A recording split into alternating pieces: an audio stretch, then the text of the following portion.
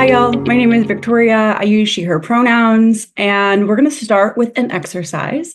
Since I can't actually see you, you can be as honest as you feel like being. No one will know, but please raise your hand if you are a person who has biases.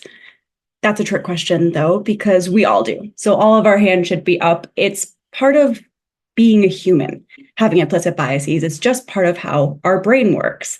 But as good people, which I assume we all are, it can be sometimes tricky or uncomfortable to admit that we have biases because we're taught that they're not good.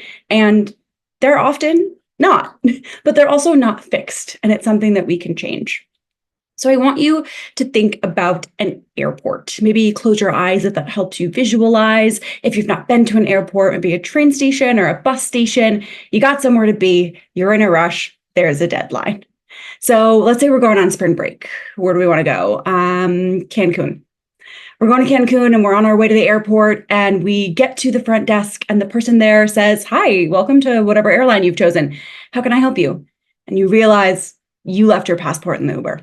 So now you have to call the Uber person and get them to come back. And now you're running late, really, really late. So you get back and the person says, "Hi, welcome to whatever airline you've chosen. How can I help you?"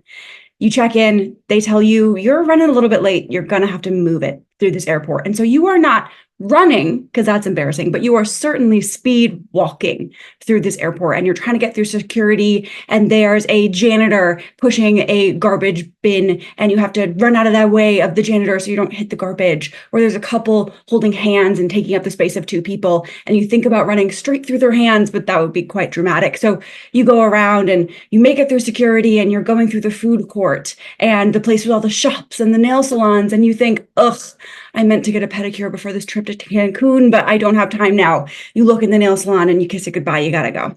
You get to the gate and the person says, "Wow, you made it. Congratulations." You get on the plane, the pilot greets you, and you sit down next to a really kind-looking sorority girl. You breathe a sigh of relief. You've made it on the plane. We're gonna make it to Cancun and have a great time. So you can open your eyes if you closed your eyes to visualize. And I want to talk with you about what most people will visualize if they're a person capable of mental imaging when I describe their interactions with people. And as far as I understand, shapeshifters don't exist. So this person looked the same as I described them to you. So when we're thinking about a pilot, most people will picture that the pilot is a man. Most typically, that man is white. When they picture someone getting their nails done, they'll often picture a woman. And when they picture the person doing nails, they also picture a woman, most often an East Asian woman. When they picture the person at the desk that said, "Hi, welcome to whatever airline you've chosen," they usually will picture a woman, and usually that woman is white. When they picture a janitor, they usually picture a man. Race is a little bit less salient there. But if they do picture a woman in a janitorial role or a service role like that, they will often picture her to be a brown-skinned Latina. When they picture the couple holding hands very obnoxiously in the way, they will often picture a straight couple, a man and a woman, and they will often picture that those two people are the same race as each other. And when they mention the sorority girl, most people will typically picture a person in a predominantly and historically white sorority, and that the sorority woman is white, thin, pretty, blonde, feminine, etc.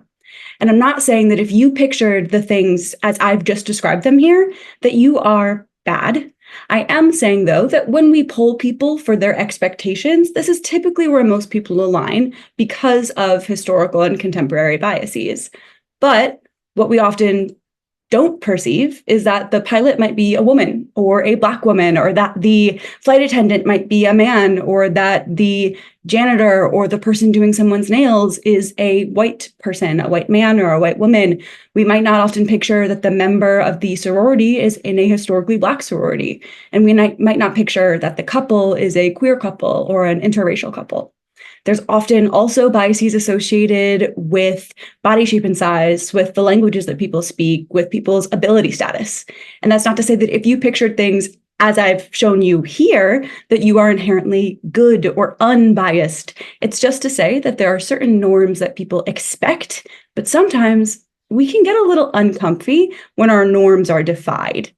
But it's okay to admit that we're not perfect people. None of us are. We all have biases and we all have more to learn.